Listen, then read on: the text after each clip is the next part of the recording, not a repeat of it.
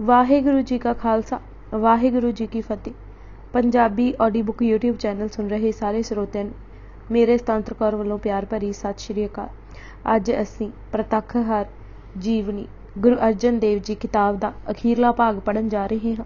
ਪੰਨਾ ਨੰਬਰ 196। ਭਾਗ 13 ਪ੍ਰਤੱਖ ਹਰ ਸਮੁੱਚੇ ਜੀਵਨ ਤੇ ਝਾਤ। ਗੋਇੰਦਵਾਲ ਵਿਖੇ ਗੁਰੂ ਅਰਜਨ ਦੇਵ ਜੀ ਨੂੰ ਗੁਰਗੱਦੀ ਦੀ ਜ਼ਿੰਮੇਵਾਰੀ ਮਿਲਣ ਵੇਲੇ ਆਏ 11 ਭੱਟਾਂ ਨੇ ਪਹਿਲੀ ਝਲਕ ਵਿੱਚ ਹੀ ਪੰਚਮ ਪਾਤਸ਼ਾਹ ਨੂੰ ਗੰਗਾ ਵਾਂਗ ਪਾਵਨ, ਸਾਗਰ ਵਾਂਗ ਸ਼ਾਂਤ, ਚੰਦਨ ਵਾਂਗ ਠੰਡਾ ਅਤੇ ਬ੍ਰਿਸ਼ ਵਾਂਗ ਸਹਿਜ ਅਵਸਥਾ ਵਿੱਚ ਵਿਚਰਦੇ ਦੇਖਿਆ ਸੀ। ਕੈਸਾ ਸੋਹਣਾ ਭੱਟਾ ਉਚਾਰਿਆ, ਤੂੰ ਕੈਸਾ ਵਡਭਾਗਾ ਹੈ ਜਿਸ ਮਨ ਨੂੰ ਪ੍ਰਫੁੱਲਿਤ ਕੀਤਾ ਹੋਇਆ ਹੈ, ਮਨ ਨੂੰ ਉੱਚਾ ਕਰ ਲਿਆ ਹੈ ਅਤੇ ਮਾਣਕ ਵਰਗੇ ਸੱਚੇ ਮਨ ਨੂੰ ਸੰਤੋਖ ਦੇ ਘਰ ਟਿਕਾਇਆ ਹੋਇਆ ਹੈ। ਗੁਰੂ ਰਾਮਦਾਸ ਜੀ ਨੇ ਹੀ ਤੁਹਾਡੇ ਹਿਰਦੇ ਨਾਮ ਦ੍ਰਿੜ ਕੀਤਾ ਹੈ। ਗੁਰੂ ਅਰਜਨ ਦੇਵ ਜੀ ਦੇ ਸੰਬੰਧ ਵਿੱਚ ਭੱਟਾਂ ਨੇ ਕੁੱਲ 21 ਸਵਈਏ ਉਚਾਰੇ ਹਨ। ਇਹਨਾਂ ਵਿੱਚੋਂ 12 ਸਵਈਏ ਕਲਸਹਾਰ ਜੀ ਦੇ ਹਨ, ਮਥੁਰਾ ਜੀ ਦੇ 7 ਅਤੇ ਬਾਕੀ 2 ਹਰਬੰਸ ਜੀ ਦੇ ਹਨ। ਭੱਟਾਂ ਨੇ ਇਤਿਹਾਸ ਹੀ ਲਿਖਿਆ ਹੈ, ਕਿਸੇ ਥਾਂ ਵੀ ਅਤਕਥਨੀ ਤੋਂ ਕੰਮ ਨਹੀਂ ਲਿਆ। ਹਾਂ, ਕਿਧਰੇ ਗੱਲ ਨਿਖੇੜਨ ਲਈ ਜਾਂ ਸਪਸ਼ਟ ਕਰਨ ਲਈ ਪੁਰਾਣਿਕ ਹਵਾਲੇ ਜ਼ਰੂਰ ਦਿੱਤੇ ਹਨ। ਜਿਵੇਂ ਅਰਜਨ ਸ਼ਬਦ ਦੀ ਵਰਤੋਂ ਕਰਦੇ ਮਹਾਭਾਰਤ ਦੇ ਅਰਜਨ ਦਾ ਜ਼ਿਕਰ ਕਰ ਦੇਣਾ ਕਿ ਗੁਰੂ ਅਰਜਨ ਦੇਵ ਜੀ ਅਕਾਲ ਪੁਰਖ ਰੂਪ ਹਨ। ਮਹਾਭਾਰਤ ਦੇ ਅਰਜਨ ਵਾਂਗ ਕਦੇ ਵੀ ਪੈਰ ਪਿਛਾਂ ਪਰਤਾਉਣ ਵਾਲੇ ਨਹੀਂ ਹਨ। ਕਾਮਾਦਾਇਕ ਵੈਰੀ ਗੁਰੂ ਅਰਜਨ ਦੇਵ ਜੀ ਤੇ ਕਦੀ ਹਾਵੀ ਨਹੀਂ ਹੋ ਸਕਦੇ। ਇਸ ਤਰ੍ਹਾਂ ਰਾਜ ਵਿੱਚ ਜੋਗ ਕਮਾਉਂਦੇ ਨੂੰ ਦੇਖ ਉਹਨਾਂ ਜਨਕ ਸ਼ਬਦ ਵਰਤ ਲਿਆ। ਇੱਥੇ ਇਹ ਵੀ ਪ੍ਰਗਟ ਹੁੰਦਾ ਹੈ ਕਿ ਗੁਰੂ ਅਰਜਨ ਦੇਵ ਜੀ ਜਾਂ ਸਾਰੇ ਹੀ ਗੁਰੂ ਸਾਹਿਬ ਜੀਵਨ ਹਯਾਤ ਵਿੱਚ ਹੀ ਗੋਬਿੰਦ ਰੂਪ ਮੰਨੇ ਗਏ। ਗਵਾਹੀ ਵੀ ਹੈ, ਸਿੱਖੀ ਅਤੇ ਸੰਗਤੀ ਪਾਰ ਬ੍ਰਹਮ ਕਰ ਨਮਸਕਾਰਿਆ। ਭੱਟ ਕਲਸਹਾਰ ਦਾ ਇਹ ਕਹਿਣਾ ਹੈ ਕਿ ਤੈ ਜਨਮਤ ਗੁਰਮਤ ਬ੍ਰਹਮ ਪਛਾਣਿਓ ਇੱਕ ਇਤਿਹਾਸਿਕ ਸੱਚਾਈ ਹੈ। ਇਹ ਹੀ ਪਹਿਲੇ ਗੁਰੂ ਸਨ ਜੋ ਗੁਰੂ ਗੋਦ ਵਿੱਚ ਪਲ ਵੱਡੇ ਹੋ ਰਹੇ ਸਨ। ਗੁਰੂ ਰਾਮਦਾਸ ਜੀ ਨੇ ਵੀ ਇਹ ਕਹਿ ਦਿੱਤਾ ਸੀ। ਇਸ ਨੂੰ ਟਿੱਕਾ ਦਿੱਤਾ ਵਡਿਆਈ ਦਾ ਨਾਨੇ। ਗੁਰੂ ਅਰਜਨ ਦੇਵ ਜੀ ਨੂੰ ਰਾਜ ਜੋਗ ਕਮਾਉਂਦੇ ਦੇਖ ਇਹ ਭੱਟ ਸ਼੍ਰੇਣੀ ਬਹੁਤ ਹੀ ਪ੍ਰਭਾਵਿਤ ਹੋਈ ਸੀ। ਗ੍ਰਹਿਸਤੀ ਹੋ ਕੇ ਸੰਸਾਰੀ ਕਾਰਜ ਕਰਦੇ, ਨਾਮ ਨਾ ਵਿਸਰਨ ਦੇਣਾ, ਨਾਮ ਵਿੱਚ ਰੰਗੇ ਰਹਿਣਾ ਉਹਨਾਂ ਲਈ ਅਸਚਰਜਮਈ ਗੱਲ ਸੀ। ਉਹਨਾਂ ਲਿਖਿਆ, ਭਗਤ ਜੋਗ ਕੋ ਜੈਤਵਾਰ ਹਰ ਜਨਕ ਉਪਾਦਿਓ। ਲਮੇਰੇ ਹਿੰਦੂ ਇਤਿਹਾਸ ਵਿੱਚ ਇੱਕ ਜਨਕ ਹੀ ਹੋਇਆ ਹੈ ਜਿਸ ਰਾਜ ਕਮਾਉਂਦਿਆਂ ਜਗਤ ਨੂੰ ਮਿਥਿਆ ਮੰਨਿਆ ਹੈ। ਉਸ ਦਾ ਨਾਂ ਲੈਂਦੇ ਹੋਏ ਕਹਿੰਦੇ ਹਨ ਕਿ ਤੁਸਾਂ ਤਾਂ ਇਸ ਕਲਯੁਗ ਵਿੱਚ ਸਤਯੁਗ ਦਾ ਸਮਾਂ ਬੰਨ੍ਹ ਦਿੱਤਾ ਹੈ। ਜਨਕ ਰਾਜ ਵਰਤਾਇਆ ਸਤਯੁਗ ਅਲੀਨਾ। ਉਹ ਕਹਿੰਦੇ ਹਨ ਕਿ ਅਸਾਂ ਕਮਲ ਫੁੱਲ ਵਾਂਗ ਖੇਲ ਦੇਖਿਆ ਹੈ, ਮਨ ਨੂੰ ਉਸ ਮਾਇਆ ਤੋਂ ਬਹੁਤ ਉੱਚਾ ਕਰ ਲਿਆ ਹੈ। ਭੱਟ ਮਥੁਰਾ ਜੀ ਕਹਿੰਦੇ ਹਨ ਕਿ ਓਪਰੀ ਨਜ਼ਰ ਵਾਲਾ ਭੁਲੇਖਾ ਖਾ ਜਾਏਗਾ। ਉਹ ਗੁਰੂ ਅਰਜਨ ਦੇਵ ਜੀ ਨੂੰ ਮਾਇਆ ਵਿੱਚ ਹੀ ਵਿਚਰਦੇ ਸਮਝੇਗਾ, ਇੱਕ ਸਧਾਰਨ ਗ੍ਰਹਿਸਤੀ ਹੀ ਸਮਝੇਗਾ। ਪੈ ਦੇਖਿਤ ਧਾਮ ਸਿਉ, ਪਰ ਜਿਸ ਜਰਾ ਨੇੜੇ ਤੋਂ ਤੱਕਿਆ ਉਸ ਦੇਖਿਆ ਕਿ ਹਰ ਸਮੇਂ ਹਰੀ ਦਾ ਰਸ ਪੀ ਰਹੇ ਹਨ, ਕਿਧਰੇ ਹੋਰ ਧਿਆਨ ਉਹਨਾਂ ਦਾ ਖੁੱਭਦਾ ਹੀ ਨਹੀਂ। ਇਹ ਹੈ ਇਸ ਕਲਯੁਗ ਵਿੱਚ ਇੱਕ ਨਿਰਾਲੀ ਸਿਫਤ ਵਾਲਾ ਗੁਰੂ ਜਿਸ ਬਾਰੇ ਭੱਟ ਕਹਿੰਦੇ ਹਨ, ਅਸੀਂ ਟੋਲਦੇ ਟੋਲਦੇ ਥੱਕ ਗਏ, ਨਿਰੀ ਕਹਿਤ ਹੀ ਕਹਿਤ ਸੁਣੀ ਸੀ, ਇੱਥੇ ਰਹਿਤ ਹੈ ਕਰਨੀ ਹੈ। ਗੁਰੂ ਅਰਜਨ ਦੇਵ ਜੀ ਨੇ ਆਪ ਵੀ ਇੱਕ ਥਾਵੇਂ ਕਿਹਾ ਹੈ ਕਿ ਉਹਨਾਂ ਦਾ ਰਾਜ ਜੋਗ ਕਮਾਉਣਾ ਐਸਾ ਹੈ ਕਿ ਉਹਨਾਂ ਪਹਿਲਾਂ ਚਿੱਤ ਨੂੰ ਸ਼ਾਂਤ ਕੀਤਾ ਅਤੇ ਫਿਰ ਸ਼ਾਂਤ ਰੱਖਿਆ। ਘਰ ਤੇ ਜੰਗਲ ਨੂੰ ਇੱਕ ਸਮਾਨ ਜਾਤਾ ਮਾਇਆ ਅਟਕਾ ਨਾ ਸਕੀ। ਅੰਦਰ ਸਿਫਤ ਇੱਕ ਵਾਹਿਗੁਰੂ ਪਿਰ ਨਾਲ ਪਿਆਰ ਰੱਖਿਆ, ਬਾਹਰ ਦੁਨੀਆ ਨਾਲ ਠਾਠਾ ਬਾਗਾ।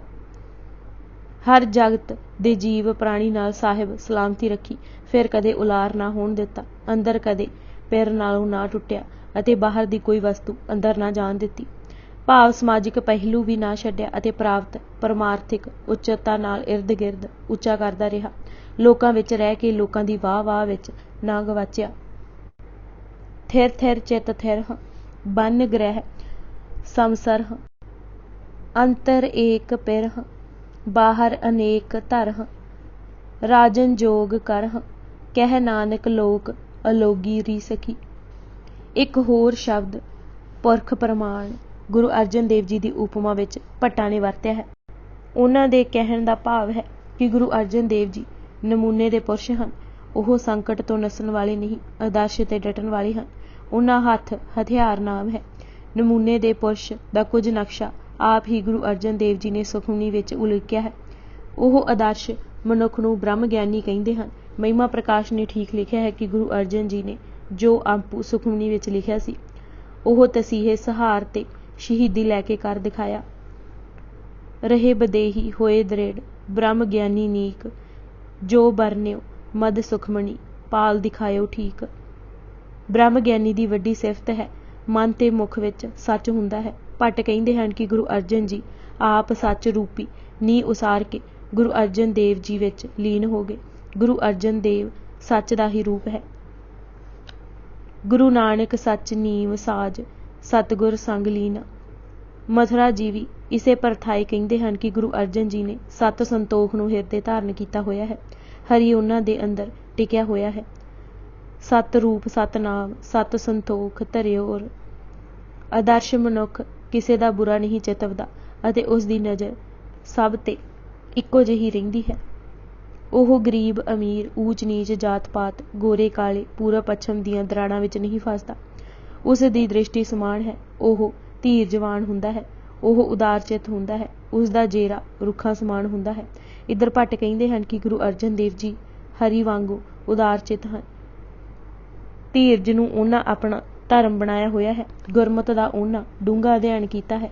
ਪਰਾਏ ਦੁੱਖ ਨੂੰ ਦੂਰ ਕਰਨ ਲਈ ਸਭ ਕੁਝ ਵਾਰਨ ਲਈ ਤਤਪਰ ਰਹਿੰਦੇ ਹਨ। ਟੇਕ ਉਹਨਾਂ ਸ਼ਬਦ ਦੀ ਰੱਖੀ ਹੋਈ ਹੈ, ਹਿਊਮੇ ਨੇੜੇ ਨਹੀਂ ਆਉਣ ਦਿੱਤੀ। ਗੁਰੂ ਅਰਜਨ ਦੇਵ ਜੀ ਦੀ ਦ੍ਰਿਸ਼ਟੀ ਵਿੱਚ ਕਦੇ ਫਰਕ ਨਹੀਂ ਪਿਆ। ਇੱਕ ਰਸ ਹਨ। ਉਹਨਾਂ ਤਾਂ ਆਤਮਿਕ ਅਡੋਲਤਾ ਦਾ ਚੰਦੋਆ ਤਾਣਿਆ ਹੋਇਆ ਹੈ। ਸਹਿਜ ਰੰਗ ਵਿੱਚ ਆਨੰਦ ਲੈ ਰਹੇ ਹਨ। ਭੱਟਾਂ ਨੇ ਸਹਿਜ ਚੰਦੋਆ ਤਾਣਿਓ ਸੰਤੋਖ ਸਮਾਚਰਿਓ ਮਨ ਮਾਣਿਕ ਸੰਤੋਖਿਓ ਦੇ ਸ਼ਬਦ ਵਰਤੇ ਹਨ। ਪੰਜਵੇਂ ਪਾਤਸ਼ਾਹ ਦਾ ਸਮੁੱਚਾ ਜੀਵਨ ਇਹਨਾਂ ਕਥਨਾਂ ਦੀ ਵਿਆਖਿਆ ਹੀ ਹੈ। ਭਾਬੀਆਂ ਦੇ ਤਾਨੇ, ਸ਼ਰੀਕਾਂ ਦੇ ਮਿਹਣੇ, ਭਰਾਵਾਂ ਦੀ ਈਰਖਾ, ਪੁਰੋਹਿਤਾਂ ਦੀਆਂ ਚੁਗਲੀਆਂ, ਬ੍ਰਾਹਮਣਾਂ ਦਾ ਵੈਰ, ਹਕੂਮਤ ਦਾ ਅਤਾਬ ਅਤੇ ਹੋਰ ਰੁਕਾਵਟਾਂ ਨੇ ਇਸ ਪ੍ਰਮਾਣ ਪੁਰਖ ਨੂੰ ਝੁਕਣਾ ਡੋਲਣਾ ਤਾਂ ਇੱਕ ਪਾਸੇ ਝੁਰਨ ਤੱਕ ਨਾ ਦਿੱਤਾ। ਬਾਲਕ ਗੁਰੂ ਹਰਗੋਬਿੰਦ ਦੇ ਘਾਤ ਦੇ ਚਾਹਵਾਨਾ ਹੋਛੇ ਹਥਿਆਰ ਤੱਕ ਵਰਤੇ, ਪਰ ਗੁਰੂ ਜੀ ਨੇ ਕਿਸੇ ਨੂੰ ਮੰਦਾ ਤੱਕ ਨਾ ਆਖਿਆ। ਸਗੋਂ ਵੱਡਾ ਭਰਾ ਪ੍ਰਿਥੀ ਚੰਦ ਜਦ ਬਿਮਾਰ ਹੋ ਗਿਆ ਤਾਂ ਅਰਦਾਸ ਕੀਤੀ ਕਿ ਉਹ ਨਰੋਇਆ ਰਹੇ। ਸੱਚੀ ਗੱਲ ਤਾਂ ਇਹ ਹੈ ਕਿ ਸਭ ਵਿਰੋਧੀ ਤੱਤ ਤੱਤੇ ਸਨ। ਵੱਡਾ ਭਰਾ ਤੱਤਾ, ਮਹਾਦੇਵ ਜੀ ਤੱਤੇ, ਸ਼ਰੀਕਾ ਤੱਤਾ, ਸੁਲਹੀ ਤੱਤਾ, ਸੁਲਭੀ ਤੱਤਾ, ਅਮਾਨਤ ਖਾਨ ਤੱਤਾ, ਬੀਰਬਲ ਤੱਤਾ, ਖੁਰਮ ਤੱਤਾ, ਚੰਦੂ ਤੱਤਾ, ਭਗਤ ਕਾਹਨਾ ਤੱਤਾ, ਕੂਲੀ ਖਾਨ ਤੱਤਾ, ਮੁਰਤਜ਼ਾ ਖਾਨ ਤੱਤਾ, ਨਕਸ਼ਬੰਦੀ ਤੱਤੇ, ਮੁਜੱਦਦ ਤੱਤਾ, ਪਾਣੀ ਤੱਤਾ, ਰੇਤ ਤੱਤੀ, ਤਵੀ ਤੱਤੀ, ਦੇਗ ਤੱਤੀ, ਰੇਤ ਪਾਉਣ ਵਾਲਾ ਤੱਤਾ, ਜਹਾਂਗੀਰ ਤੱਤਾ। ਪਰ ਸਿਰਫ ਇੱਕ ਠੰਡਾ ਸੀ ਤਾਂ ਕੇਵਲ ਗੁਰੂ ਅਰਜਨ ਦੇਵ ਜੀ ਪਾਤਸ਼ਾਹ। ਪ੍ਰਮਾਣ ਪੁਰਖ ਸਦਾ ਨਿਰਮਲ ਹੈ। ਉਸ ਪਾਸ ਬੈਠਿਆਂ ਹੀ ਪਾਪ ਨਸਦੇ ਲੱਗਦੇ ਹਨ। ਇੰਜ ਲੱਗਦੇ ਹਨ ਜਿਵੇਂ ਇਸ਼ਨਾਨ ਹੋ ਰਿਹਾ ਹੈ। ਅਜੇ ਗੰਗ ਜਲ ਅਟਲ ਸਿੱਖ ਸੰਗਤ ਸਭ ਨਾਵੇਂ। ਉਸ ਦੇ ਕਰਮ ਵੀ ਨਿਰਮਲ ਹੁੰਦੇ ਹਨ। ਉਹ ਸਦਾ ਖੇੜੇ ਵਿੱਚ ਰਹਿੰਦਾ ਹੈ। ਸਾਰੀ ਸ੍ਰਿਸ਼ਟੀ ਨੂੰ ਸੱਜਣ ਕਰਕੇ ਜਾਣਦਾ ਹੈ। ਹੰਕਾਰ ਨੂੰ ਨੇੜੇ ਨਹੀਂ ਟੁਕਣ ਦਿੰਦਾ। ਹੁੰਦਾ ਸਭ ਤੋਂ ਉੱਚਾ ਹੈ, ਪਰ ਮਨ ਕਰਕੇ ਨੀਵਾਂ ਰਹਿੰਦਾ ਹੈ। ਮੱਤ ਉੱਚੀ ਅਤੇ ਮਨ ਨੀਵਾਂ ਰੱਖਣਾ ਉਸਦਾ ਸੁਭਾਅ ਹੁੰਦਾ ਹੈ। ਕਲਸਹਾਰ ਕਹਿੰਦੇ ਹਨ ਕਿ ਨਿਰਮਲ ਬੁੱਧੀ ਗੁਰੂ ਅਰਜਨ ਜੀ ਵਿੱਚ ਸਮਾਈ ਹੋਈ ਹੈ। ਬਿਮਲ ਬੁੱਧ ਸਤਿਗੁਰ ਸਮਾਣਿਓ ਅਹਵਮੇਵ ਨਿਵਾਰਨ ਮਹਾਦਾਨ। ਬਾਸਨਾ ਤੇ ਬਾਹਰ ਦੇ ਹੋਰ ਸ਼ਬਦ ਹਨ ਜੋ ਭੱਟ ਵਰਤਦੇ ਰਹੇ ਹਨ। ਪੰਜਵੇਂ ਪਾਤਸ਼ਾਹ ਦਾ ਸਮੁੱਚਾ ਜੀਵਨ ਪ੍ਰਤੱਖ ਪ੍ਰਮਾਣ ਹੈ ਕਿ ਉਹਨਾਂ ਨੇ ਇਹਨਾਂ ਸਾਰੀਆਂ ਸਿਫਤਾਂ ਨੂੰ ਆਪਣਾ ਖਜ਼ਾਨਾ ਬਣਾਇਆ ਹੋਇਆ ਸੀ। ਭੱਟ ਹੰਸਾਂ ਨੇ ਰਤਨਾਂ ਦੀ ਪਰਖ ਇੱਕ ਚੋਗ ਵਿੱਚ ਕਰ ਲਈ। ਮਥੁਰਾ ਜੀ ਕਹਿੰਦੇ ਹਨ ਕਿ ਗੁਰੂ ਜੀ ਦੀ ਦ੍ਰਿਸ਼ਟੀ ਵਿੱਚੋਂ ਵੀ ਅੰਮ੍ਰਿਤ ਝਰਦਾ ਹੈ। ਉਹਨਾਂ ਦੇ ਸ਼ਬਦ ਵੀ ਅੰਮ੍ਰਿਤ ਹਨ। ਉਹਨਾਂ ਦਾ ਵਾਸਾ ਹਰ ਸਮੇਂ ਨਾਮ ਵਿੱਚ ਹੈ। ਪੂਰੇ ਵਿਰਾਗਵਾਨ ਹਨ। ਹਰੀ ਦੇ ਪਿਆਰ ਦੇ ਭਿੱਜੇ ਹੋਏ ਹਨ।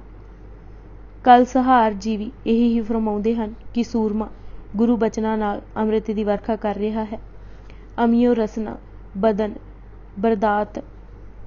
ਫਿਰ ਭੱਟ ਕਹਿੰਦੇ ਹਨ ਕਿ ਗਿਆਨ ਨਾਲ ਗੁਰੂ ਜੀ ਦਾ ਜੀਵਨ ਚਮਕ ਰਿਹਾ ਹੈ। ਜਨ ਕਹਿ ਕਲਸ ਦੀਪਾਇਓ। ਗੁਰੂ ਅਰਜਨ ਜੀ ਹਰੀ ਤੋਂ ਵੱਖਰੇ ਨਹੀਂ ਹਨ। ਪੂਰਨ ਬ੍ਰਹਮ ਹਰੀ ਨੇ ਗੁਰੂ ਅਰਜਨ ਜੀ ਦੇ ਹਿਰਦੇ ਵਿੱਚ ਪ੍ਰਤੱਖ ਤੌਰ ਤੇ ਨਿਵਾਸ ਕੀਤਾ ਹੈ। ਪ੍ਰਤੱਛ ਹਿਰਦੇ ਗੁਰੂ ਅਰਜਨ ਕੇ ਹਰ ਪੂਰਨ ਬ੍ਰਹਮ ਨਿਵਾਸ ਲਿਓ। ਗੁਰੂ ਅਰਜਨ ਜੀ ਸਦਾ ਪਰਉਪਕਾਰ ਵਿੱਚ ਜੁਟੇ ਰਹਿੰਦੇ ਹਨ। ਸਭ ਕੁਝ ਵੰਡੀ ਤੁਰੀ ਜਾਂਦੇ ਹਨ। ਮਹਾਦਾਨ ਸਤਿਗੁਰ ਗਿਆਨ ਮਨ ਚਾਉ ਨਾ ਹੁਟੇ। ਗੁਰੂ ਅਰਜਨ ਜੀ ਦਾ ਸੇਵਾ ਤੇ ਪਰਉਪਕਾਰ ਦਾ ਚਾਅ ਮੱਠਾ ਨਹੀਂ ਪੈਂਦਾ। ਸਭ ਨੂੰ ਸੁਖਾਲਾ ਰਾਹ ਦਰਸਾ ਰਹੇ ਹਨ। ਕਲਯੁਗ ਜਹਾਜ਼ ਅਰਜਨ ਗੁਰ। ਗੁਰੂ ਅਰਜਨ ਜੀ ਮਤ ਗੰਭੀਰ, ਦੂਰ ਦ੍ਰਿਸ਼ਟੀ ਵਾਲੇ, ਭਰਮ ਵਹਿਮ ਤੇ ਭਟਕਣਾ ਦੂਰ ਕਰਨ ਵਾਲੇ, ਭਰਮ ਭਾਂਤ ਦਹਿਣ ਖੇਲ ਗੁੜਾਇਓ ਅਚਰਜ ਭਏ ਭੰਜਨ ਤੇ ਅਪਾਰ ਹਨ। ਇਸ ਜਗਤ ਦੇ ਹਨੇਰੇ ਵਿੱਚ ਗੁਰੂ ਅਰਜਨ ਜੀ ਦੀ ਤਾਲੀਮ ਤੋਂ ਬਿਨਾਂ ਹੋਰ ਕੋਈ ਚਾਨਣਾ ਨਹੀਂ। ਘੋਰ ਸਮੁੰਦਰ ਵਿੱਚ ਉਹਨਾਂ ਦਾ ਨਾਮ ਹੀ ਚਾਨਣਾ ਹੈ। ਜੇ ਕੋਈ ਉਹਨਾਂ ਦੇ ਪੈਰ ਚਿੰਨ੍ਹਾਂ ਤੇ ਟੁਰੇਗਾ, ਪਾਏ ਪੂਰਨਿਆਂ ਤੇ ਲਿਖੇਗਾ, ਉਹ ਸਮੁੰਦਰ ਵਿੱਚ ਗੋਤੇ ਨਹੀਂ ਖਾਣ ਲੱਗਾ ਅਤੇ ਕਾਮਯਾਬ ਹੋ ਨਿਕਲੇਗਾ। ਹੇ ਜੀਵ, ਇਸ ਰਾਹ ਨੂੰ ਛੱਡ ਹੋਰ ਕਿਧਰੇ ਨਾ ਜਾਵੀਂ। ਜਗ ਔਰ ਨਾ ਜਾਹੀ ਮਹਾਤਮ ਮੈਂ, ਅਵਤਾਰ ਉਜਾਗਰ ਅਨਕਿਓ। ਤਿਨਕੇ ਦੁਖ ਕੋਟਿਕ ਦੂਰ ਗਏ, ਮਥੁਰਾ ਜਿਨ ਅੰਮ੍ਰਿਤ ਨਾਮ ਪੀਓ। ਇਹ ਪਦਤ ਤੇ ਮਨ ਚੂਕੇ ਰੇ ਮਨ, ਭੇਦ ਵਿਭੇਦ ਨਾ ਦਾਨ ਬਿਓ। ਆਦਰਸ਼ਕ ਮਨੁੱਖ ਪਰਮੇਸ਼ਰ ਤੁਲ ਹੀ ਹੁੰਦਾ ਹੈ। ਬ੍ਰਹਮ ਗਿਆਨੀ ਆ ਪਰਮੇਸ਼ਰ ਸੁਖਮਨੀ ਸਾਹਿਬ ਵਿੱਚ ਆਇਆ ਹੈ। ਭੱਟ ਵੀ ਇਹ ਹੀ ਕਹਿੰਦੇ ਹਨ ਕਿ ਜੋ ਹਰੀ ਪੈਦਾ ਨਹੀਂ ਹੁੰਦਾ, ਉਹ ਗੁਰੂ ਅਰਜਨ ਦੇ ਰੂਪ ਵਿੱਚ ਸੰਸਾਰ ਤੇ ਆਇਆ ਹੈ, ਕਿਉਂਕਿ ਪਰਮੇਸ਼ਰ ਵਾਲੀਆਂ ਸਾਰੀਆਂ ਸਿਫਤਾਂ ਉਹਨਾਂ ਵਿੱਚ ਸਨ। ਗੱਲ ਮੁਕਾਉਂਦੇ ਹੋਏ ਮਥੁਰਾ ਜੀ ਕਹਿੰਦੇ ਹਨ ਕਿ ਗੁਰੂ ਅਰਜਨ ਜੀ ਵਿਚਾਰ ਜੋਤ ਰੂਪ ਹੋ ਕੇ ਧਰਤੀ ਆਕਾਸ਼ 9 ਖੰਡਾਂ ਵਿੱਚ ਵਿਆਪ ਰਹੇ ਹਨ। ਸੋ ਇਹ ਗੱਲ ਸੰਸਾਰ ਤੱਕ ਪੁੱਜੀ ਕਿ ਗੁਰੂ ਅਰਜਨ ਜੀ ਸਾਖਿਆਤ ਅਕਾਲ ਪੁਰਖ ਹੈ, ਕੋਈ ਅੰਤਰ ਨਹੀਂ। ਭੱਟਾਂ ਨੇ ਜੋ ਡਿੱਠਾ ਉਹ ਦਰਸਾਇਆ। ਭਾਈ ਗੁਰਦਾਸ ਜੀ ਨੇ ਵੀ ਜੋ ਗੁਰੂ ਅਰਜਨ ਜੀ ਦਾ ਪ੍ਰਭਾਵ ਕਬੂਲਿਆ ਆਪਣੀਆਂ ਵਾਰਾਂ ਵਿੱਚ ਲਿਖਿਆ। ਵਾਰ 3 ਦੀ ਪੌੜੀ 12ਵੀਂ ਵਿੱਚ ਭਾਈ ਜੀ ਲਿਖਦੇ ਹਨ ਕਿ ਗੁਰੂ ਅਰਜਨ ਜੀ ਦੀ ਨਿਰਮਾਣ ਸੇਵਾ ਦੇਖ ਗੁਰੂ ਰਾਮਦਾਸ ਜੀ ਨੇ ਉਹਨਾਂ ਨੂੰ ਨਾਲ ਮਿਲਾ ਲਿਆ। ਗੁਰੂ ਅਰਜਨ ਕਰ ਸਿਓ ਢੋਇਆ ਢੋਇਆ ਅਤੇ ਫਿਰ ਉਹਨਾਂ ਨੂੰ ਉਹੀ ਰੌਸ਼ਨੀ ਬਖਸ਼ ਦਿੱਤੀ ਜਿਸ ਦੇ ਉਹ ਮਾਲਕ ਸਨ।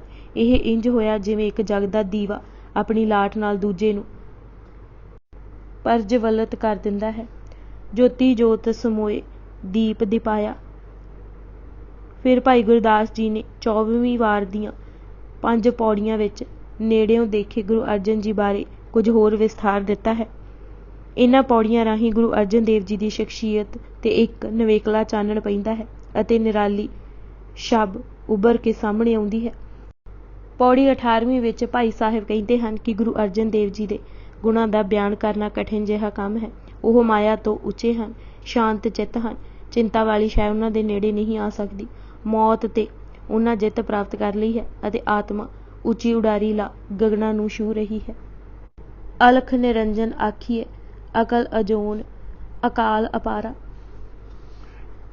ਗੁਰੂ ਪੰਜਵੇਂ ਦੀ ਆਤਮਾ ਚੰਨ ਨਾਲੋਂ ਵੀ ਵੱਧ ਰੌਸ਼ਨ ਹੈ। ਠੀਕ ਗੱਲ ਤਾਂ ਇਹ ਹੈ ਕਿ ਸੂਰਜ ਨਾਲੋਂ ਵੀ ਵੱਧ ਚਮਕਦੀ ਹੈ। ਪਰਮਾਤਮਾ ਨੂੰ ਜੇ ਕੋਈ ਪਿਆਰਾ ਲੱਗ ਰਿਹਾ ਹੈ ਤਾਂ ਗੁਰੂ ਅਰਜਨ ਦੇਵ ਜੀ ਹੀ ਹਨ। ਇੱਧਰ ਗੁਰੂ ਅਰਜਨ ਦੇਵ ਜੀ ਸਦਾ ਵਾਹਿਗੁਰੂ ਦੇ ਨਾਮ ਵਿੱਚ ਲੀਨ ਰਹਿੰਦੇ ਹਨ। ਭਾਵ ਖਿੱਚ ਦੋਵਾਂ ਪਾਸੇ ਹੈ। ਵਾਹਿਗੁਰੂ ਦੀ ਜੋਤ ਉਹਨਾਂ ਵਿੱਚ ਜਗਮਗਾ ਰਹੀ ਹੈ। ਇਸ ਸਦਕਾ ਉਹ ਸਦਾ ਚੜ੍ਹਦੀ ਕਲਾ ਵਿੱਚ ਰਹਿੰਦੇ ਹਨ। ਹਰ ਕੋਈ ਜੋ ਵੀ ਉਹਨਾਂ ਦੇ ਦਰਸ਼ਨ ਕਰਦਾ ਹੈ, ਉਪਮਾ ਹੀ ਕਰਦਾ ਜਾਂਦਾ ਹੈ। ਜਗਮਗ ਜੋਤ ਨਿਰੰਤਰੀ, ਜਗ ਜੀਵਨ ਜਗ ਜੈ ਜੈਕਾਰਾ। ਹਰ ਕੋਈ ਗੁਰੂ ਜੀ ਦੀ ਆਤਮਿਕ ਉੱਚਤਾ ਨੂੰ ਦੇਖ ਸਿਰ ਝੁਕਾਉਂਦਾ ਹੈ। ਜਿਨ੍ਹਾਂ ਨੂੰ ਸੋਝੀ ਆ ਗਈ ਹੈ ਉਹ ਗੁਰੂ ਅਰਜਨ ਦੇਵ ਜੀ ਦੇ ਪੂਰਨਿਆਂ ਉੱਤੇ ਟੁਰ ਕੇ ਕਾਮਯਾਬ ਹੋ ਰਹੇ ਹਨ। ਨਮਸਕਾਰ। ਸੰਸਾਰ ਵਿੱਚ ਆਦਿ ਪੁਰਖ ਆਦੇਸ਼ ਉਧਾਰਾ। ਇੱਕ ਗੁਰੂ ਅਰਜਨ ਜੀ ਹਨ ਜਿਨ੍ਹਾਂ ਦੇ ਦੁਆਰੇ ਹਰ ਜਾਤੀ ਹਰ ਧਰਮ ਲਈ ਖੁੱਲ੍ਹੇ ਹਨ। ਹਰ ਵਰਨ ਦਾ ਪੁਰਸ਼ ਇਸਤਰੀ ਗੁਰੂ ਜੀ ਕੋਲੋਂ ਉਪਦੇਸ਼ ਲੈ ਜੀਵਨ ਜਾਂਚ ਸਿੱਖ ਰਿਹਾ ਹੈ। ਵੇਦਾਂ ਦੇ ਵਕਤਾ, ਸ਼ਾਸਤਰਾਂ ਦੇ ਗਿਆਤਾ, ਵੱਖ-ਵੱਖ ਅਕੀਦੇ ਰੱਖਣ ਵਾਲੇ ਵੀ ਉਹਨਾਂ ਦੀ ਪਾਵਨ ਸ਼ਖਸੀਅਤ ਵੱਲ ਖਿੱਚੇ ਚਲੇ ਆ ਰਹੇ ਹਨ ਅਤੇ ਸਿੱਖੀ ਦਾ ਆਨੰਦ ਮਾਣ ਆਚਾਰਵੰਤ ਹੋ ਰਹੇ ਹਨ। 4 ਵਰਨ 6 ਦਰਸ਼ਨਾ ਗੁਰਮੁਖ ਮਾਰਗ ਸੱਚ ਆਚਾਰਾ।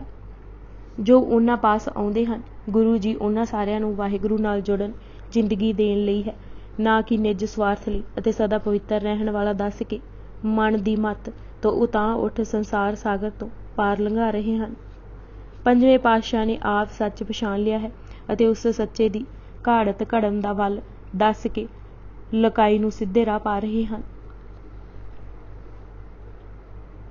ਨਾਮ ਦਾਨ ਇਸ਼ਨਾਨ ਦ੍ਰਿੜ, ਗੁਰਮੁਖ ਭਏ ਭਗਤ ਨਿਸਤਾਰਾ, ਗੁਰੂ ਅਰਜਨ ਸੱਚ ਸਿਰਜਣਹਾਰਾ। ਇਸੇ 24ਵੀਂ ਵਾਰ ਦੀ 19ਵੀਂ ਪੌੜੀ ਵਿੱਚ ਭਾਈ ਗੁਰਦਾਸ ਜੀ ਲਿਖਦੇ ਹਨ ਕਿ ਗੁਰੂ ਅਰਜਨ ਜੀ ਗੁਰੂ ਨਾਨਕ ਦੀ ਪਾਵਨ ਗੱਦੀ ਤੇ ਬਿਰਾਜ ਕੇ ਆਪਣੇ ਬਜ਼ੁਰਗਾਂ ਦੀ ਦਿੱਤੀ ਰੌਸ਼ਨੀ ਨੂੰ ਸਭ ਪਾਸੇ ਫੈਲਾ ਰਹੇ ਹਨ ਅਤੇ ਸ਼ਬਦ ਦੇ ਚਾਨਣ ਨਾਲ ਹੀ ਅਟਕਿਆਂ ਭਟਕਿਆਂ ਨੂੰ ਰਾਹ ਦਰਸਾ ਰਹੇ ਹਨ।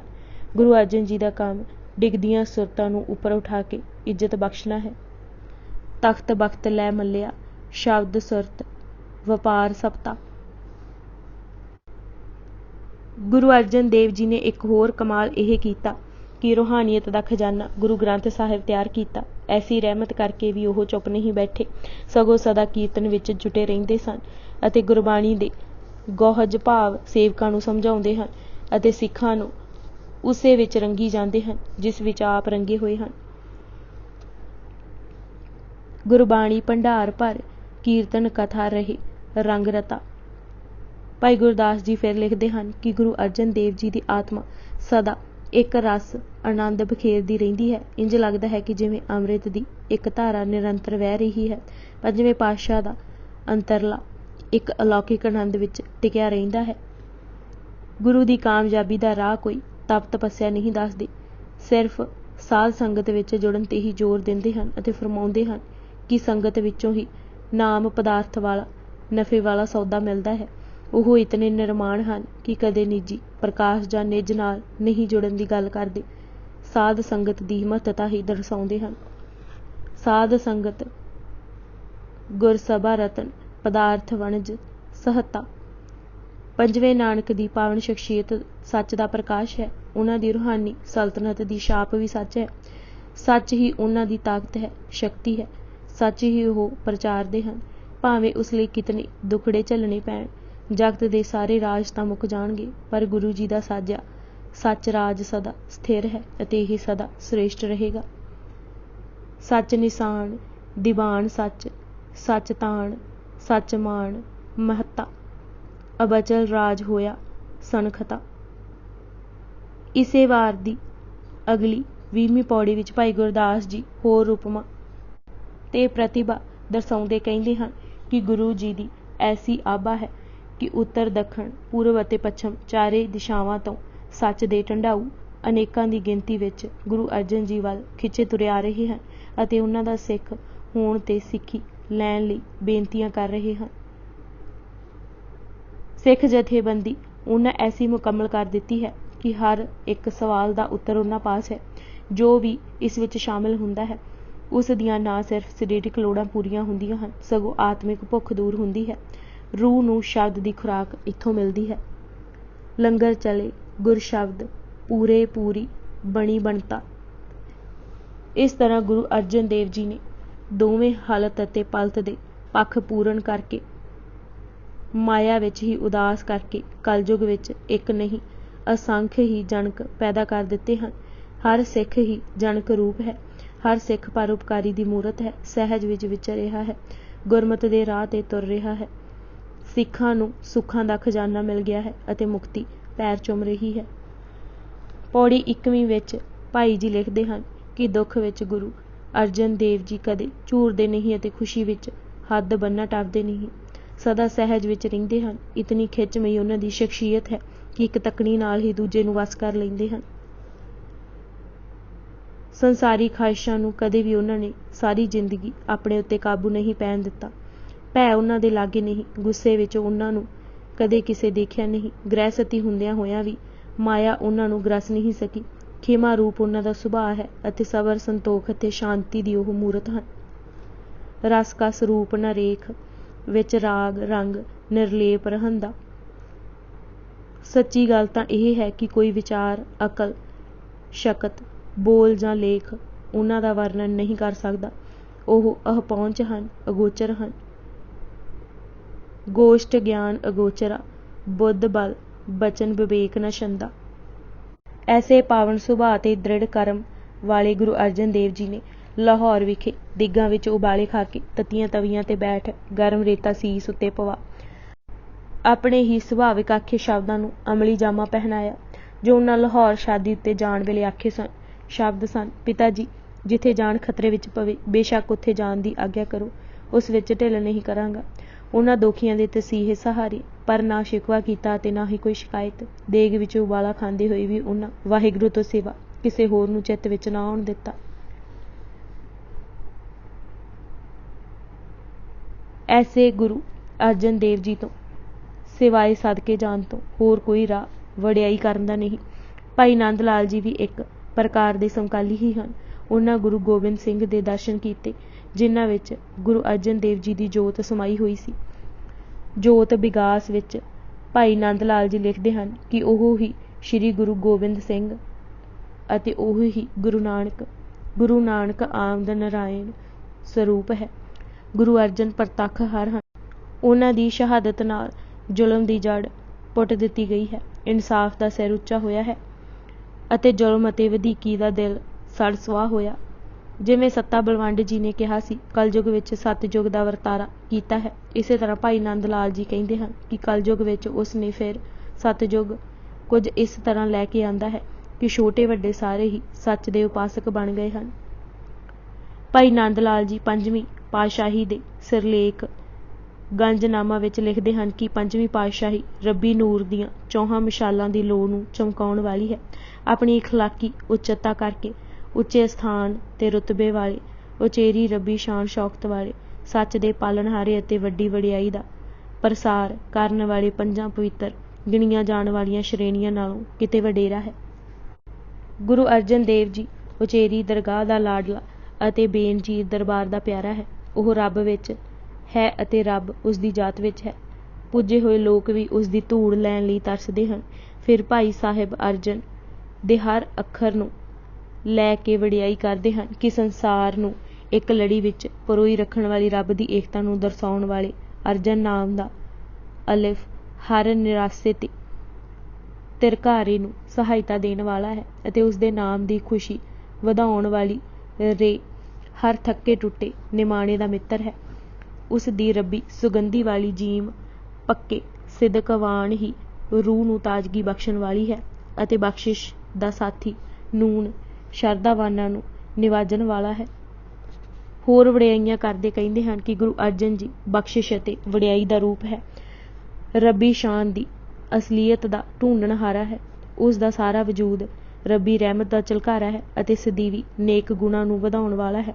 ਦੋ ਜਹਾਨ ਕੀ ਲੱਖਾਂ ਹੀ ਉਸ ਦੇ ਮੁਰੀਦ ਹਨ, ਸਾਰੇ ਹੀ ਉਸ ਦੀ ਮਿਹਰ ਤੇ ਅੰਮ੍ਰਿਤ ਰੂਪੀ ਘੁੱਟ ਪੀਣ ਵਾਲੇ ਹਨ। ਰੱਬੀ ਵਿਚਾਰ ਵਾਲੀ ਬਾਣੀ ਉਸ ਤੋਂ ਉਤਰਦੀ ਹੈ। ਸਿਦਕ ਭਰੋਸੇ ਵਾਲੇ ਗਿਆਨ ਭਰਪੂਰ ਸ਼ਬਦ ਵੀ ਉਸ ਦੇ ਹਨ। ਰੱਬੀ ਗਿਆਨ ਗੋਸ਼ਟ ਨੂੰ ਉਸ ਤੋਂ ਚਮਕ ਦਮਕ ਪ੍ਰਾਪਤ ਹੈ। ਰੱਬੀ ਹੁਸਨ ਨੂੰ ਉਸ ਤੋਂ ਨਿਖਾਰ ਅਤੇ ਖੇੜਾ ਆਉਂਦਾ ਹੈ। ਭਾਈ ਸੰਤੋਖ ਸਿੰਘ ਜੀ ਨੇ ਵੀ ਇਸੇ ਸੁਰ ਵਿੱਚ ਲਿਖਿਆ ਹੈ, ਐਸਾ ਅਚਰਜ ਰੂਪ ਧਾਰ ਕੇ ਗੁਰੂ ਅਰਜਨ ਜੀ ਜਗਤ ਵਿੱਚ ਆ ਕੇ ਪ੍ਰਕਾਸ਼ ਦੇ ਰਹੇ ਹਨ ਕਿ ਪ੍ਰਮਾਣ ਨਹੀਂ ਜਾਣਿਆ ਜਾ ਸਕਦਾ ਕਿ ਆਪਣੇ ਪ੍ਰਕਾਸ਼ ਦਾ ਕਿਤਨਾ ਕੁ ਵਿਸਥਾਰ ਹੈ। ਆਪਣੇ ਦਾਸਾਂ ਦੀਆਂ ਅਰਜ਼ਾਂ ਸੁਣ ਕੇ ਉਹਨਾਂ ਨੂੰ ਮਨ ਮੰਗੀ ਮੁਰਾਦ ਦਾ ਦਾਨ ਦਿੰਦੇ ਹਨ। ਮੋਹ ਨੂੰ ਮਾਰਨ ਲਈ ਗੁਰੂ ਅਰਜਨ ਜੀ ਦੇ ਵਾਕ ਅਰਜਨ ਦੇ ਤੀਰਾਂ ਵਾਂਗ ਹਨ। ਜੋ ਸ਼ਤਰੂ ਆਪ ਦੇ ਦਾਸ ਹੋ ਗਏ, ਉਹਨਾਂ ਨੇ ਮੁਕਤੀ ਦੇ ਸਾਰੇ ਪਦ ਪ੍ਰਾਪਤ ਕਰ ਲਏ। ਜਿੱਥੇ ਵੀ ਦੈਵੀ ਕੰਮਾਂ ਨੂੰ ਅਟਕਾਂ ਪਈਆਂ, ਆਪ ਜੀ ਦਾ ਪਾਵਨ ਸਰੀਰ ਇਉਂ ਉਖੇੜ ਦੇਣ ਵਾਲਾ ਹੋ ਕੇ ਲੱਗਾ ਜਿਵੇਂ ਕ੍ਰਿਸ਼ਨ ਦਾ ਸਰੀਰ ਯਮਲਾ ਰਜਨ ਨੂੰ ਲੱਗਾ ਸੀ। ਇਹ ਦੋ ਬ੍ਰਿਸ਼ ਸਨ ਜਿਨ੍ਹਾਂ ਨਾਲ ਯਸ਼ੋਦਾ ਨੇ ਕ੍ਰਿਸ਼ਨ ਜੀ ਨੂੰ ਬੰਨ੍ਹਿਆ ਸੀ ਅਤੇ ਉਹਨਾਂ ਉਖੇੜ ਸੁੱਟੇ ਸਨ। ਕਹਿੰਦੇ ਹਨ ਕਿ ਇਹ ਕੋਈ ਦਰਖਤ ਨਹੀਂ ਸਨ, ਕੁਬੇਰ ਦੇ ਪੁੱਤਰ ਸਨ ਜੋ ਮਦ ਪੀ ਕੇ ਖਰੂਦ ਮਚਾਉਂਦੇ ਸਨ ਅਤੇ ਨਾਰਦ ਨੇ ਜੜ ਕਰ ਦਿੱਤਾ ਸੀ। ਭਾਵ ਮਾਇਆ ਮਦ ਵਿੱਚ ਮੱਤਿਆਂ ਨੂੰ ਗੁਰੂ ਜੀ ਉਖੇੜ ਸੁੱਟਦੇ ਹਨ। ਗਿਆਨੀ ਗਿਆਨ ਸਿੰਘ ਜੀ ਨੇ ਅਰਜਨ ਸ਼ਬਦ ਦੀ ਟੇਕ ਲੈ ਕੇ ਖੂਬ ਲਿਖਿਆ ਹੈ ਕਿ ਗੁਰੂ ਅਰਜਨ ਜੀ ਦਾ ਕੋਈ ਪਾਰਾਵਾਰ ਨਹੀਂ। ਉਹ ਲਿਖਦੇ ਹਨ, ਦੇਵਤਿਆਂ ਦੇ ਕਲਪ ਬ੍ਰਿਸ਼ ਵਾਂਗ ਕਾਮਨਾ ਪੂਰੀਆਂ ਕਰਨ ਵਾਲੇ ਅਤੇ ਦਾਸਾਂ ਦੇ ਸੇਵਨਯੋਗ ਹਨ। ਕਊ ਬ੍ਰਿਸ਼ ਵਰਗੇ ਹਨ, ਮਨੋਰਥ ਨੂੰ ਪੂਰਨ ਕਰਨ ਵਾਲੇ ਹਨ, ਜਿਨ੍ਹਾਂ ਦੇ ਗੁਣਾਂ ਦੀ ਚੌੜਾਈ ਅਤੇ ਲੰਬਾਈ ਮਾਪੀ ਨਹੀਂ ਜਾ ਸਕਦੀ। ਉਦਮ ਦੇ ਮੁੱਢ ਹਨ, ਵੈਰੀ ਜਨਾਂ ਲਈ ਦੁਖਦਾਈ ਪਰ ਸ਼ੁੱਧ ਅੰਥਾ ਕਰਨ ਵਾਲਿਆਂ ਲਈ ਸੁੰਦਰ ਸਰੂਪ ਹਨ। ਸਾਧ ਸੰਗਤ ਰੂਪੀ ਮਾਨ ਸਰੋਵਰ ਦੇ ਉਜਲ ਹੰਸ ਹਨ। ਅਰਜਨ ਦੇ ਤੀਰਾਂ ਵਰਗੀ ਬਾਣੀ ਦੇ ਬੱਦਲ ਵਾਂਗ ਵਰਖਾ ਕਰਕੇ ਕਾਮਾਦਾਇਕ ਵੈਰੀ ਜਨਾਂ ਨੂੰ ਚੂਰਨ ਕਰ ਦਿੰਦੇ ਹਨ। ਉਹਨਾਂ ਦੇ ਅਨੇਕਾਂ ਨਿਰਮਲ ਗੁਣ ਹਨ ਅਤੇ ਉਹ ਪਰਾਏ ਜਨਾਂ ਦੀਆਂ ਬੇਨਤੀਆਂ ਨੂੰ ਸੁਣਨਾ ਵੀ ਆਪਣਾ ਜ਼ਰੂਰੀ ਫਰਜ਼ ਸਮਝਦੇ ਹਨ।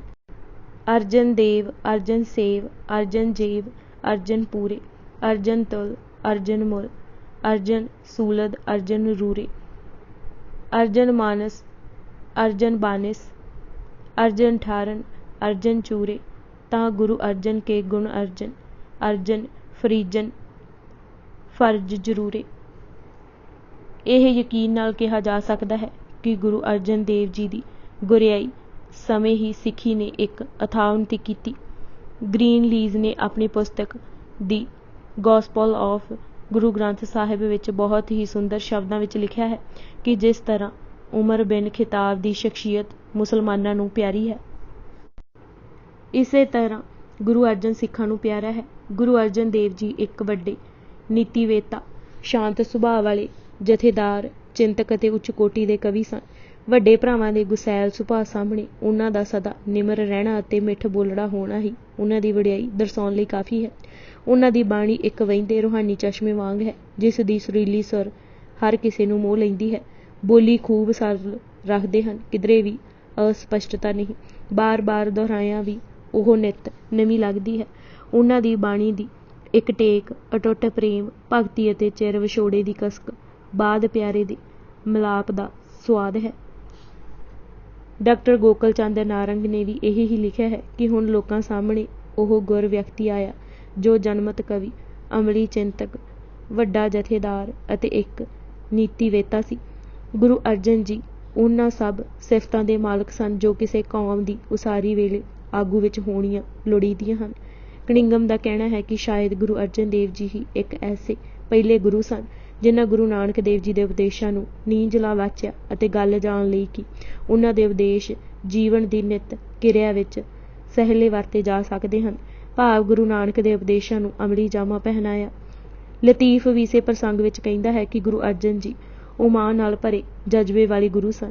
ਉਹਨਾਂ ਨੇ ਨਿਸ਼ਾਨਾ ਬਹੁਤ ਉੱਘਾ ਮਿਥਿਆ ਹੋਇਆ ਸੀ, ਸਿੱਖ ਕੌਮ ਨੂੰ ਜਥੇਬੰਦ ਕੀਤਾ ਅਤੇ ਆਤਮਿਕ ਉੱਨਤੀ ਲਈ ਭਰਪੂਰ ਉਪਰਾਲੇ ਕੀਤੇ। C.H. ਪੇਨ ਤੇ G.B. ਸਕਾਟ ਵੀ ਇਹ ਹੀ ਕਹਿੰਦੇ ਹਨ ਕਿ ਗੁਰੂ ਅਰਜਨ ਜੀ, ਜੋ ਸਿੱਖਾਂ ਦੇ 5ਵੇਂ ਗੁਰੂ ਹਨ, ਨੇ ਗੁਰੂ ਨਾਨਕ ਦੇ ਉਪਦੇਸ਼ਾਂ ਨੂੰ ਸਹੀ ਅਰਥਾਂ ਵਿੱਚ ਸਮਝਿਆ ਅਤੇ ਉਹਨਾਂ ਦੇ ਠੀਕ-ਠਾਕ ਪ੍ਰਚਾਰ ਦਾ ਜ਼ਿੰਮਾ ਆਪਣੇ ਸਿਰ ਲਿਆ। ਕੌਮ ਆਪਣੇ ਪੈਰਾਂ 'ਤੇ ਖੜੀ ਹੋ ਗਈ। ਦੂਰੋਂ-ਦੂਰੋਂ ਸਿੱਖ ਆ ਕੇ ਜੀਵਨ ਜੁਗਤ ਸਿੱਖਦੇ, ਅਨੇਕਾਂ ਹੀ ਪਾਰ ਹੋਏ, ਅਨੇਕਾਂ ਦੇ ਦੁੱਖ ਹਰੇ, ਅਨੇਕਾਂ ਨੂੰ ਆਤਮਿਕ ਸੋਝੀ ਮਿਲੀ। ਆਪ ਜੀ ਦਾ ਉਪਦੇਸ਼ ਢੰਗ ਇਤਨਾ ਸਰਲ, ਸਾਦਾ ਤੇ ਮਿੱਠਾ ਸੀ ਕਿ ਇੱਕ ਵਚਨ ਸੁਣ ਕੇ ਹੀ ਸੁਣਨ ਵਾਲੇ ਦੀ ਨਿਸ਼ਾ ਤ੍ਰਿਪਤ ਹੋ ਜਾਂਦੀ ਸੀ। ਭਾਈ ਗੁਰਦਾਸ ਜੀ ਨੇ ਵਾਰ 11ਵੀਂ ਵਿੱਚ ਕਈ ਸਿੱਖਾਂ ਦਾ ਜ਼ਿਕਰ ਕੀਤਾ ਹੈ। ਭਾਈ ਮੰਝ ਨੂੰ ਸਿਰਫ ਇਤਨਾ ਕਿਹਾ, ਸਿੱਖੀ ਅਤੇ ਸਿੱਖੀ ਨਹੀਂ ਟਿਕ ਸਕਦੀ, ਤਾਂ ਉਹ ਰਮਜ ਸਮਝ ਲਈ ਕਿ ਸਿੱਖੀ ਪਾਉਣ ਲਈ ਸਭ ਆਸਰੇ ਛੱਡਣੇ ਪੈਂਦੇ ਹਨ। ਭਾਈ ਬਹਿਲੋ ਜੀ ਨੂੰ ਕੇਵਲ ਇਤਨਾ ਹੀ ਆਖਿਆ ਕਿ ਸ਼ਰਧਾ ਹੀ ਮੂਲ ਹੈ। ਇਹ ਸਭ ਭਗਤੀ ਤਾਂ ਸ਼ਰਧਾ ਨੂੰ ਢਕਣ ਲਈ ਸ਼ਾਲ ਹੈ। ਸ਼ਰਧਾ ਮੂਲ, ਭਗਤ ਤੁੱਛ ਸਾਰੇ। ਜਦ ਬੁੱਧੂ ਨੇ ਭਾਈ ਲੱਖੂ ਪਟੋਲੀਆ ਕਮਲੀਆ ਦੇ ਦਰਵਾਜ਼ੇ ਬੰਦ ਕਰ ਦਿੱਤੇ ਤਾਂ ਆਪ ਜੀ ਦਾ ਵਚਨ ਸੀ, ਅਵਲ ਤਾਂ ਘਰ ਲੰਗਰ ਕਰੋ, ਨਾ ਜੇ ਕਰੋ ਤਾਂ ਕਿਸੇ ਨੂੰ ਦਰੋਂ ਭੁੱਖਾ ਨਾ ਜਾਣ ਦੇਵੋ। ਜੇ ਕੋਈ ਕਿਸੇ ਉਪਦੇਸ਼ ਦਾ ਅਧਿਕਾਰੀ ਹੁੰਦਾ ਸੀ, ਉਸ ਨੂੰ ਅਜਿਹਾ ਹੀ ਉਪਦੇਸ਼ ਦਿੰਦੇ ਸਨ। ਜੇ ਕਿਸੇ ਆ ਕੇ ਆਖਿਆ ਕਿ ਪੰਡਿਤ ਕਹਿੰਦੇ ਹਨ ਕਿ ਬਗੈਰ ਹੋਮ ਯੱਗ ਕੀਤੇ ਖੋਇਆ ਦਿੱਤਾ ਕਿਸੇ ਕਾਜ ਨਹੀਂ ਆਉਂਦਾ, ਤਾਂ ਆਪ ਜੀ ਨੇ ਸ਼ੰਕਰ ਨਿਵਰਤ ਕਰਦੇ ਹੋਏ ਕਿਹਾ, ਜੋ ਤੁਸੀਂ ਗਰੀਬ ਲੋੜਵੰਦ ਨੂੰ ਪ੍ਰਸ਼ਾਦ ਛਕਾਉਂਦੇ ਹੋ, ਇਹ ਹੀ ਅਸਲ ਹੋਮ ਯੱਗ ਨੂੰ ਪਾਈ ਆਹੂਤੀ ਹੈ। ਭਾਈ ਤੁਲਸਾ ਜੀ ਨੂੰ ਇਹ ਹੀ ਕਿਹਾ ਸੀ, ਅੰਨ ਬਸਤਰ ਦੀ ਕਿਸੇ ਦੀ ਕਾਮਨਾ ਆਵੇ ਤਾਂ ਉਸ ਦੀ ਕਾਮਨਾ ਜੇ ਇਕੱਲੇ ਹੀ ਪੂਰੀ ਕਰ ਸਕੋ ਤਾਂ ਕਰ ਦੇਣੀ, ਜੇ ਐਸਾ ਸੰਭਵ ਨਾ ਹੋਵੇ ਤਾਂ ਮਿਲ ਕੇ ਕਰਨੀ। ਜੇ ਕਿਸੇ ਕਿਹਾ ਕਿ ਘਰੋਂ ਦੁੱਖ ਕਿਵੇਂ ਜਾਵੇ ਤਾਂ ਇਹ ਨੁਕਸਾ ਦਿੱਤਾ, ਦੇਹ ਦਸਵੰਦ ਗੁਰਹੇਤ ਸਦਾ, ਦਾਰਿਦ ਸਦਨ ਹੋਏ ਨ ਕਦਾ। ਕਿਵੇਂ ਸਿੱਖਾਂ ਵਿੱਚ ਦੇਣ ਦੀ ਜਾਂਚ ਭਰ ਰਹੇ ਸਨ, ਉਸ ਦਾ ਉਦਾਹਰਨ ਉਹ ਵਾਕ ਹਨ ਜੋ ਉਹ ਸਦਾ ਕਹਿੰਦੇ ਸਨ ਕਿ ਜਿਸ ਨੇ ਵੰਡ ਕੇ ਖਾਧਾ ਉਸ ਨੂੰ ਕਦੇ ਥੁੜ ਨਹੀਂ। ਪ੍ਰਚਾਰ ਦਾ ਕਿਉਂ ਅਸਰ ਨਹੀਂ ਹੁੰਦਾ, ਤਾਂ ਆਪ ਜੀ ਨੇ ਤੱਤ ਦੀ ਗੱਲ ਆਖੀ ਕਿ ਕਥਾ ਕਰਦਿਆਂ ਜਦ ਮਨ ਧਨ ਵਿੱਚ ਰਹੇ ਤਾਂ ਅਗਲੇ ਦਾ ਮਨ ਕਿਵੇਂ ਟਿਕੇ। ਕਥਾ ਕਰਤ ਧਨ ਮਹਿ ਮਨ ਰਹੇ, ਕੀ ਸ਼ਾਂਤੀ ਗੁਣ ਮਨ ਕੋ ਲਹੇ।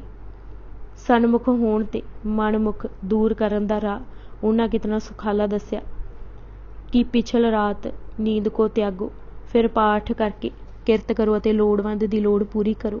ਜਦ ਕਿਸੇ ਕਿਹਾ ਕਿ ਪਾਠ ਕਰਦਿਆਂ ਮਨ ਨਹੀਂ ਟਿਕਦਾ ਤਾਂ ਆਪ ਜੀ ਨੇ ਉਸ ਨੂੰ ਸਿਰਫ ਇਤਨਾ ਕਿਹਾ ਕਿ ਇਹ ਤਾਂ ਤੈਨੂੰ ਪਤਾ ਲੱਗ ਗਿਆ ਕਿ ਮਨ ਨਹੀਂ ਟਿਕਦਾ। ਜਦ ਪਤਾ ਲੱਗ ਗਿਆ ਮਨ ਨਹੀਂ ਟਿਕਦਾ ਤਾਂ ਉਪਰਾਲਾ ਵੀ ਕਰੋਗੇ। ਪਾਠ ਤੇ ਕੀਰਤਨ ਦਾ ਫਰਕ ਸਮਝਾਉਂਦੇ ਕਿਹਾ ਕਿ ਪਾਠ ਖੂਹ ਗੇੜਨ ਨਹੀਂ ਹੈ, ਆਪਣੀ ਪੈਲੀ ਹੀ ਪਾਣੀ ਜਾਂਦਾ ਹੈ, ਦੂਰ ਦੀ ਅਤੇ ਉੱਚੀ ਥਾਂ ਨਹੀਂ ਚੜ੍ਹਦਾ। ਕੀਰਤਨ ਕਰਨ ਮੇਘ ਕੀ ਬਰਖਾ, ਬਰਖੇ ਜਲ ਹੋਏ ਜੀਵਨ ਹਰਖਾ। ਇੰਜ ਹਰਿਆਵਲ ਵੀ ਜ਼ਿਆਦਾ ਹੁੰਦੀ ਹੈ ਅਤੇ ਦਾਣਾ ਵੀ ਪੱਕਾ ਹੁੰਦਾ ਹੈ। ਕੈਸੇ ਸਿੱਖ ਉਹਨਾਂ ਸਾਜ ਦਿੱਤੇ ਸਨ। ਉਸ ਦੀ ਉਦਾਹਰਣ ਭਾਈ ਸੰਮਣ ਅਤੇ ਭਾਈ ਭਿਖਾਰੀ ਹਨ, ਜਿਨ੍ਹਾਂ ਦੇ ਜਵਾਨ ਬੇਟੇ ਗੁਜ਼ਰ ਗਏ, ਪਰ ਉਹ ਇਹ ਹੀ ਕਹਿੰਦੇ ਰਹੇ, ਤਨ ਬਿਨ ਸੇ ਜੋ ਸ਼ੋਕ ਕਰੰਤੇ, ਤਿੰਨ ਸਮ ਮੂਰਖ ਅਪਰ ਨਹੀਂ ਜਨਤੇ। ਹੈਰਾਨੀ ਤਾਂ ਸਗੋਂ ਇਹ ਹੋਣੀ ਚਾਹੀਦੀ ਹੈ ਕਿ ਇਹ 5 ਵਿਰੋਧੀ ਤੱਤਾਂ ਨਾਲ ਬਣਿਆ ਸਰੀਰ ਟੁਰ ਕਿਵੇਂ ਰਿਹਾ ਹੈ। ਗੁਰੂ ਤੋਂ ਕੇਵਲ ਨਾਮ ਦਾਨ ਹੀ ਮੰਗਣਾ ਚਾਹੀਦਾ ਹੈ। ਜਿੱਥੇ ਗੁਰੂ ਅਰਜਨ ਜੀ ਇੱਕ ਮਹਾਨ ਗੁਰੂ ਸਿੱਖਿਆ ਦਾਤਾ ਸਨ, ਉੱਥੇ ਉਹਨਾਂ ਦੀ ਸਭ ਤੋਂ ਵੱਡੀ ਦੇਣ ਗੁਰੂ ਗ੍ਰੰਥ ਸਾਹਿਬ ਦੀ ਬੀੜ ਬੰਨ੍ਹਣਾ ਹੈ। ਗੁਰੂ ਗ੍ਰੰਥ ਸਾਹਿਬ ਨੂੰ ਰਤਾ ਕੁ ਧਿਆਨ ਨਾਲ ਦੇਖਿਆ ਪਤਾ ਲੱਗ ਜਾਏਗਾ ਕਿ ਕਿਤਨੀ ਲਗਨ, ਘਾਲ, ਸੂਝ ਤੇ ਬੂਝ ਦਾ ਕਾਰਜ ਸੀ। ਸਿਰਫ ਅੰਕ ਪਾਏ ਦੇਖ ਹੀ ਪ੍ਰਤੀਤ ਹੋ ਜਾਂਦਾ ਹੈ ਕਿ ਹਰ ਥਾਂ ਕਿਤਨੀ ਇਹਤਿਆਤ ਵਰਤੀ ਹੈ। ਹਰ ਗੁਰ ਵਿਅਕਤੀ ਤੇ ਭਗਤ ਦੀ ਬਾਣੀ ਥਾਂ ਸਿਰ ਅਤੇ ਫਿਰ ਰਾਗ ਮੁਤਾਬਕ ਲਿਖਣਾ ਇੱਕ ਵੱਡਾ ਕਾਰਨਾਮਾ ਹੈ। ਆਪ ਨੂੰ ਰਾਗਾਂ ਦੀ ਇਤਨੀ ਸੂਝ ਸੀ ਕਿ ਹਰ ਰਾਗ ਦੇ ਅੰਤਰੀਵ ਤੋਂ ਅੰਤਰੀਵ ਭਾਵ ਨੂੰ ਮੂਰਤੀਮਾਨ ਕੀਤਾ। ਆਪ ਜੀ ਨੇ ਆਪੂ 30 ਰਾਗਾਂ ਵਿੱਚ ਬਾਣੀ ਲਿਖੀ। ਗੌੜੀ ਦੇ ਕਿਤਨੇ ਹੀ ਅੰਗ ਪੂਰਬੀ, ਚੇਤੀ ਆਦਿ ਵਰਤੇ। ਟੋਡੀ ਕਈ ਕਿਸਮ ਦੀ ਗਾਈ। ਫਿਰ ਰਾਗ ਇਸ ਤਰਤੀਬ ਨਾਲ ਗੁਰੂ ਗ੍ਰੰਥ ਸਾਹਿਬ ਵਿੱਚ ਰੱਖੇ ਕਿ ਹਰ ਰਾਗ ਦੀ ਆਪਣੀ ਮਹੱਤਤਾ ਵੱਖਰੀ ਹੋ ਪਈ ਦਿਸੇ।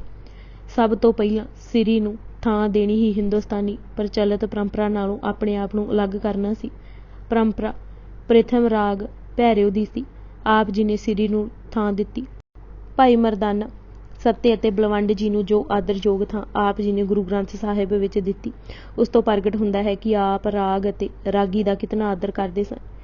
ਗੁਰੂ ਅਰਜਨ ਦੇਵ ਜੀ ਆਪੂ ਸਰਿੰਦਾ ਬਹੁਤ ਸੁਰੀਲਾ ਵਜਾਉਂਦੇ ਸਨ। ਕਹਿੰਦੇ ਹਨ ਕਿ ਉਸ ਦੀਆਂ ਤਾਰਾਂ ਰੇਸ਼ਮ ਦੀਆਂ ਹੁੰਦੀਆਂ ਸਨ। 12 ਮਾਹਾਂ ਤੇ ਸੁਖਮਣੀ। ਉਂਝ ਤਾਂ ਗੁਰੂ ਅਰਜਨ ਜੀ ਦੀ ਉਚਾਰੀ ਹਰ ਤੁਕ ਹੀ ਆਪ ਮੁਹਾਰੇ ਮੂੰਹ ਤੇ ਚੜ੍ਹ ਜਾਂਦੀ ਹੈ ਅਤੇ ਹਿਰਦੇ ਖੁੱਭਦੀ ਲੱਗਦੀ ਹੈ,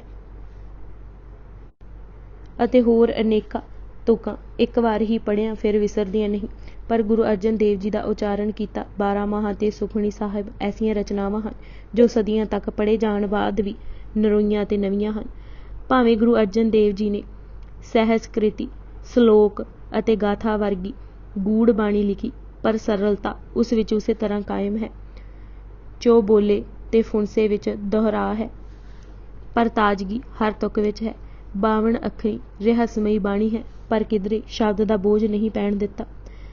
12 ਮਾਹਾਂ ਇੱਕ ਐਸੀ ਬਾਣੀ ਹੈ ਜਿਸ ਵਿੱਚ ਗੁਰੂ ਅਰਜਨ ਜੀ ਨੇ ਜੀਵਨ ਦਾ ਹਰ ਪਲ ਕਿਵੇਂ ਗੁਜ਼ਾਰਨਾ ਹੈ ਦੀ ਜਾਂਚ ਸਿਖਾਈ ਹੈ।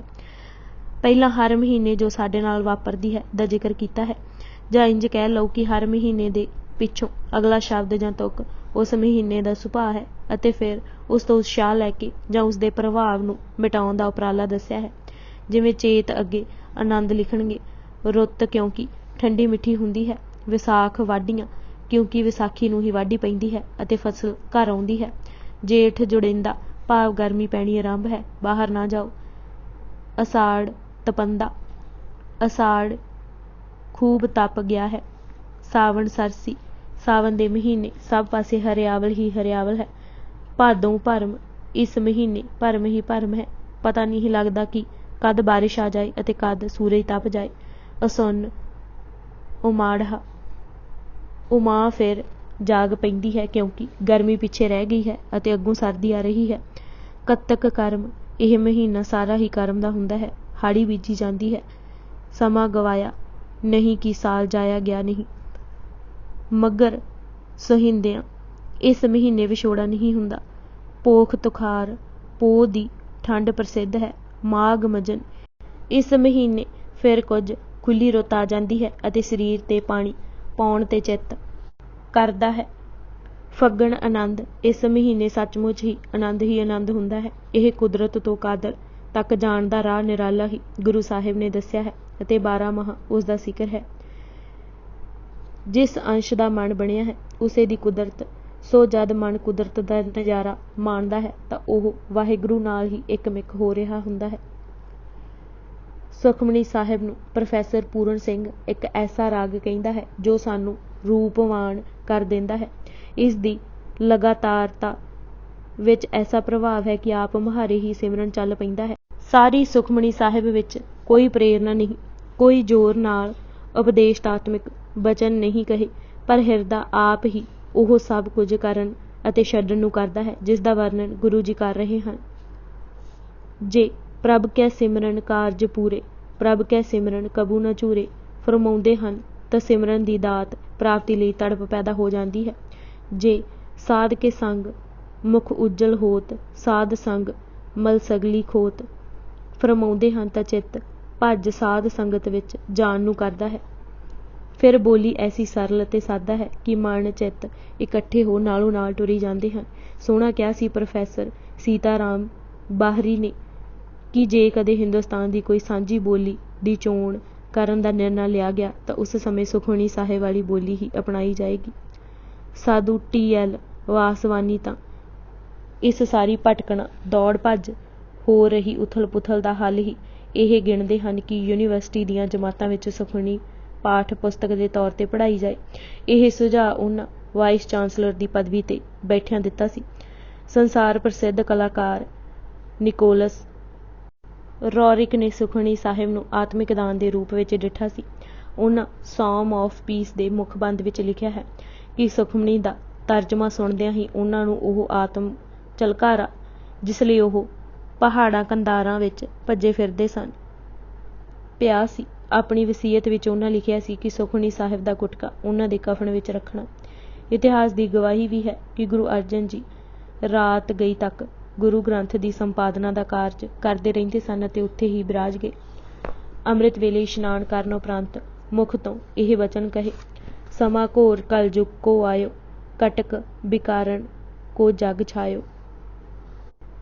ਭਾਈ ਗੁਰਦਾਸ ਜੀ ਨੇ ਪੁੱਛ ਹੀ ਲਿਆ ਕਿ ਇਸ ਦਾ ਕੋਈ ਉਪਾਅ ਵੀ ਹੈ ਤਾਂ ਆਪ ਜੀ ਨੇ ਰਚਨ ਲੱਗੇ ਤਬ ਸੁਖਮਨੀ, ਉੱਥੇ ਰਾਮਸਰ ਦੇ ਕਿਨਾਰੇ ਬੈਠਿਆਂ ਹੀ ਇਹ ਸੁਖਮਨੀ ਉਚਾਰੀ। ਹਰ ਰੋਗ ਦਾ ਇਲਾਜ ਇਹ ਸੁਖਮਨੀ ਹੈ। ਆਪਣੀ ਮਧੁਰਤਾ ਕਰਕੇ ਸਿੱਧੀ ਹਿਰਦੇ ਵੱਜਦੀ ਹੈ, ਮਨ ਨੂੰ ਸੁੱਖ ਬਖਸ਼ਦੀ ਹੈ। ਸੁਖ ਮਨ ਈ ਵਿੱਚ ਬਚਨ ਆਏ ਹਨ ਕਿ ਸੁਖਮਨੀ ਮਨ ਨੂੰ ਨਾਮ ਸੁਖ ਪ੍ਰਦਾਨ ਕਰਨ ਵਾਲੀ ਬਾਣੀ ਹੈ। ਸੁਖਮਨੀ ਸਹਿਜ ਗੋਬਿੰਦ ਗੁਣ ਨਾਮ, ਜਿਸ ਮਨ ਬਸੇ ਸੁਹੋਤ ਨਿਧਾਨ। ਆਰੰਭ ਵਿੱਚ ਹੀ ਰਹਾਉ ਦੀ ਤੁਕ ਵਿੱਚ ਫਰਮਾ ਦਿੱਤਾ ਹੈ ਕਿ ਪ੍ਰਭੂ ਦਾ ਅਮਰ ਕਰਨ ਵਾਲਾ ਨਾਮ ਸੁੱਖਾਂ ਦੀ ਮਣੀ ਹੈ। ਇਸ ਦਾ ਵਾਸਾ ਭਗਤ ਜਨਾਂ ਦੇ ਹਿਰਦੇ ਵਿੱਚ ਹੈ। ਸੁਖਮਨੀ ਸੁਖ ਅੰਮ੍ਰਿਤ ਪ੍ਰਭ ਨਾਮ, ਭਗਤ ਜਨਾਂ ਕੇ ਮਨ ਬਿਸਰਾਮ। ਰਹਾਉ ਇਹ ਖਿਆਲ ਵੀ ਪ੍ਰਚਲਿਤ ਹੈ ਕਿ ਸੁਖਮਨੀ ਸਾਹਿਬ ਦੇ ਪਾਠ ਨਾਲ 8 ਪਹਿਰ ਦੇ ਸਿਮਰਨ ਵਿੱਚ ਕੋਈ ਕਸਰ ਰਹਿ ਵੀ ਜਾਏ ਤਾਂ ਪੂਰੀ ਹੋ ਜਾਂਦੀ ਹੈ।